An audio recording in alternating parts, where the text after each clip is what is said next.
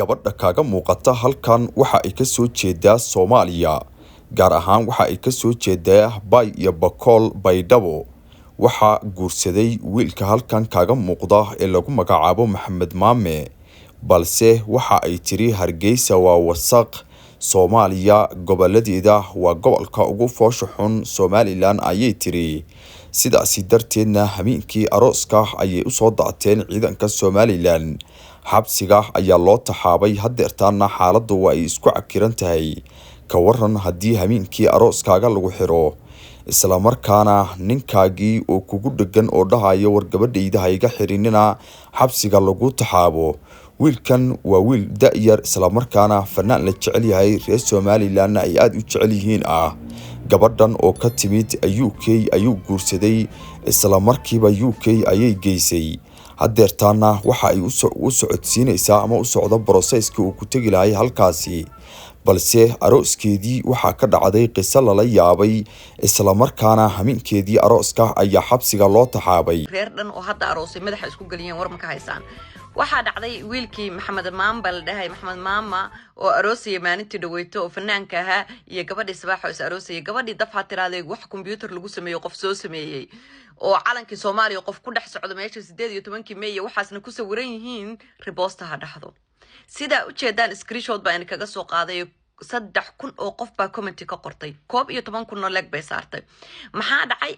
dhalinyaradii comment ku dhigliyaasha reer Somaliland baa intay gabadha u daatay horta baalaha ka rifeen naaya safriso ma sheekadaas bilowday shuubo war gabadha caayib u saareen mar alaala markay gabadha caayeen waxa dhacday iyadii marka kama aamusin tafitay soo tirada la caytay reer committee markay la caytantay cuqdad baa ina haysta waxa xanuunsanaysan de maxaa ka rabtaa wixii oo dhan baa u daateen dhalinyaro kale ayagana de sheego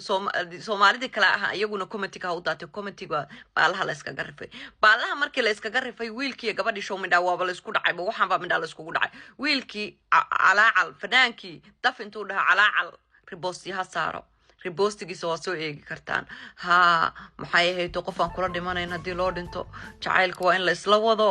bala calaacal buu ka baxay show gabadhii iyo wiilkiiba madaxa isku galiyeen waa reerkii toddobar ka hor aroosay reer committee baa isku diray warheedaya sheeg dhalinyaradan reer Somaliland oo comment ku dhigliyaashana waxa la rabay dumaashadiin inaa ka xishootaan waxay repost saarayso iyo wixii kale ayada u taalaay walaale gabadha haday nin guursatay calanka Somaliland oo dhan ma aroosine inaa ka wareejisaan baa ayadana walaal aroos baaba ku jira toddobaaba ku jirta magaalada Somaliland baaba joogtay maxaa afaaraha ku galiyay iyo repost saaro iyo dumaashiyaasha ina madmadeeda kala marka aragtay inuu sheeg comment basaameyn yeesho repostigaaga hadaa doonto ina iska saartaa laga yaabaa waxa ka socda baad ogeyne marka aragtay ina arinta saameyn yeelato isbedeshay oo ummadii meesha isku dagaalayso madaxa la isla galay waxay ahayd tartiib inta alaabtaada dhiliyeetid fakka taxayna tiraahdeed maxaa waay sheekadan maxaa stress ka wiilka xataa stress ba kordho ka calaalkii adduunka soo waxaynaya صباحي ولا ترتيب هذا ترتيب سو ماشان صدون سنة ليسايا قضية الرير كان واكدين تان قضية دود لما والله تابتان بيه كان دبعان قفك الرير كان كوسو بيرة وإنه قضية اللقاطة هديك لا تو أنا أفكر سحرتها تمادو دمشق نمدا على وصحة كمان كتكنا دمشق نمدا أنا تيم بالو فركرة قول كده نقول شيء يحمل معه ولا وضع سحرة وهنا دمشق باسبور كان لقنا هنا دافن بليس أديقنا هايس دافن وشا أنك لفايدي سنة دمشق معين دمشق دي شانشيات محوها فاملي سامبوسي أنا وش هايس دافن دمشق قبصو أنا قلنا دمشق باسبورك هنا دافن بليس حشون دمشق عود بالله بسم الله الله دمشق دي عند عدك بل قبل إله ما يقول أشياء قروحها بدنه وقبائل عبد الله شمال ويتهم تخانة مدحونها Soomaaliya haysta farmaajo meel la madaxweynaha Soomaaliya haysta xalada ninka Soomaaliya haysta farmaajo miyuha farmaajo ay isku qolayhiin ii sheegay ninka magaciisa ha madaxweynaha Sheikh Xasan Sheikh naba karay Xasan Sheikh ba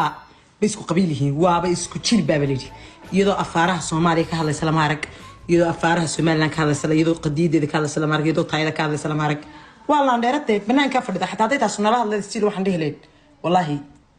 وساني وهذا قبل ذلك كده وهذا سوي يمدحوني لي ويسحنتي لكن دماشي فهم سامبوس كان سي أدو حمرك كتشبته حتى ميل حتى مال الذين الدكتان مركا حشوب واضح حشونا ما واضح بقي دماشي وش إلى شد ماشي والله بالله تالله وش قبصه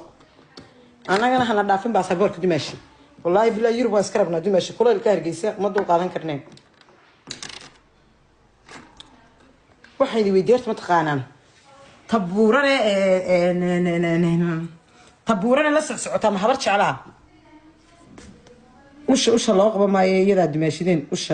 وش يدا ديل وش مركو ربع علكي كل عدعيسه يدا isku dhigteen وش ما lagu qasbay وش يدا raali ka ahayd damaashidii